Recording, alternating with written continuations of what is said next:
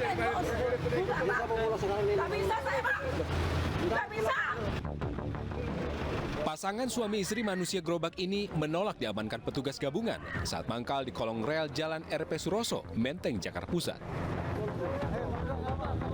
Nggak bisa, saya mau pulang.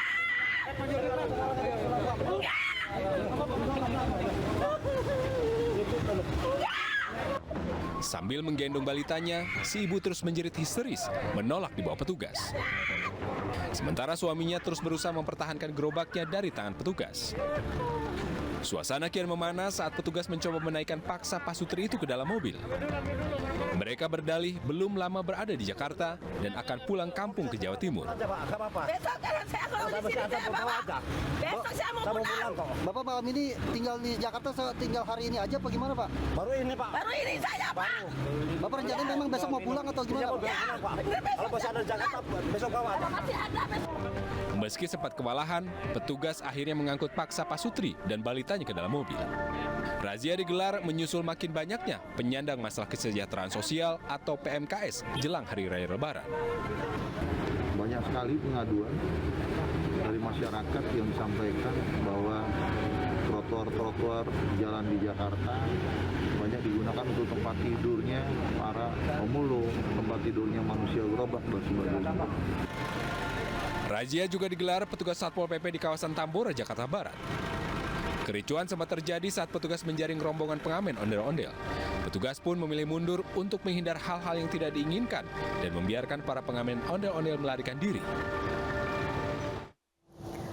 Penyanyi Rosa diperiksa di Barreskrim Polri terkait kasus DNA Pro hari ini. Sementara terdakwa kasus pornografi Siska E dituntut 1 tahun penjara. Selengkapnya kami rangkum dalam Prime Highlight.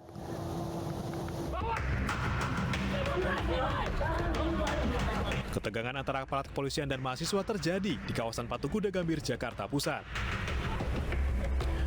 Mahasiswa yang dianggap sebagai provokator ini ditangkap dan dibawa paksa petugas untuk dinaikkan ke dalam mobil tahanan.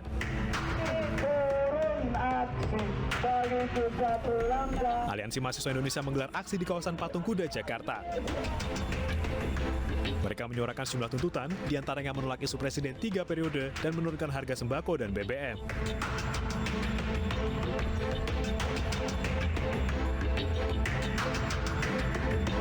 Masa juga menggelar aksi di kawasan Gedung DPR RI Jalan Gatot Subroto, Jakarta.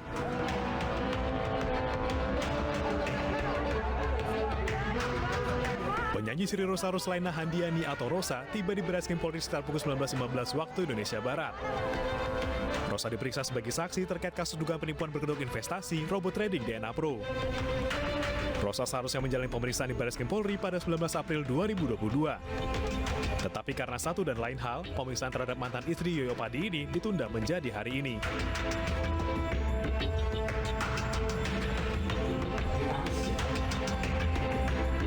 Terdakwa kasus pornografi Francisca Chandar Novitasari alias Siska E dituntut 1 tahun penjara dan denda 250 juta rupiah subsidi 6 bulan kurungan. Jaksa menilai Siska E bersalah mengunggah dan memproduksi konten pornografi. Jaksa penuntut umum menilai Siska E melanggar pasal 29 jungto pasal 4 ayat 1 Undang-Undang 44 tahun 2008 tentang pornografi jungto pasal 64 ayat 1 KUHP. Tuntutan ini merupakan satu dari 3 dakwaan alternatif yang telah diajukan jaksa sebelumnya. Siska E langsung mengajukan pledoi meminta Hakim PN Wates meringankan tuntutan jaksa. Menurut kuasa hukum Siska E, ada 3 poin yang dapat meringankan Siska E. Di antaranya, ia masih kuliah, memiliki adik yang harus dinafkahi, serta berjanji tidak akan mengulangi perbuatannya. Kolonel Prianto terdakwa pembunuhan pasangan sejoli di Nagrek, Jawa Barat dituntut hukuman seumur hidup. Obi Turat juga meminta Kolonel Prianto dipecat sebagai TNI Angkatan Darat.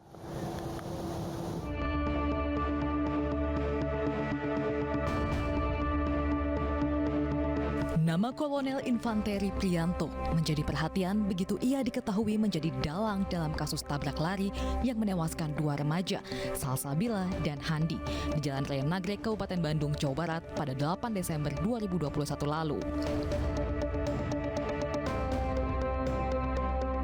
Terdakwa sudah ditahan sejak 24 Desember 2021. Dalam sidang tuntutan hari ini, Auditorat Militer Tinggi 2 Jakarta menuntut Kolonel Priyanto dengan hukuman penjara seumur hidup. Selain Kolonel Infanteri Priyanto, kasus ini juga menyeret Kopda Ahmad dan Kopda Dwi Atmoko. Video amatir berdurasi sekitar 6 detik menjadi salah satu bukti yang menyingkap kasus kecelakaan pasangan kekasih Handi Saputra dan Salsabila yang sepeda motornya ditabrak Kolonel Priyanto. Alih-alih membantu korban ke rumah sakit, minibus hitam pelaku justru tancap gas ke arah Limbangan, Garut. Setelah dinyatakan hilang selama 10 hari, jenazah Handi Saputra dan Salsabila ditemukan terpisah 5 km di Sungai Serayu, Cilacap, dan Banyumas, Jawa Tengah.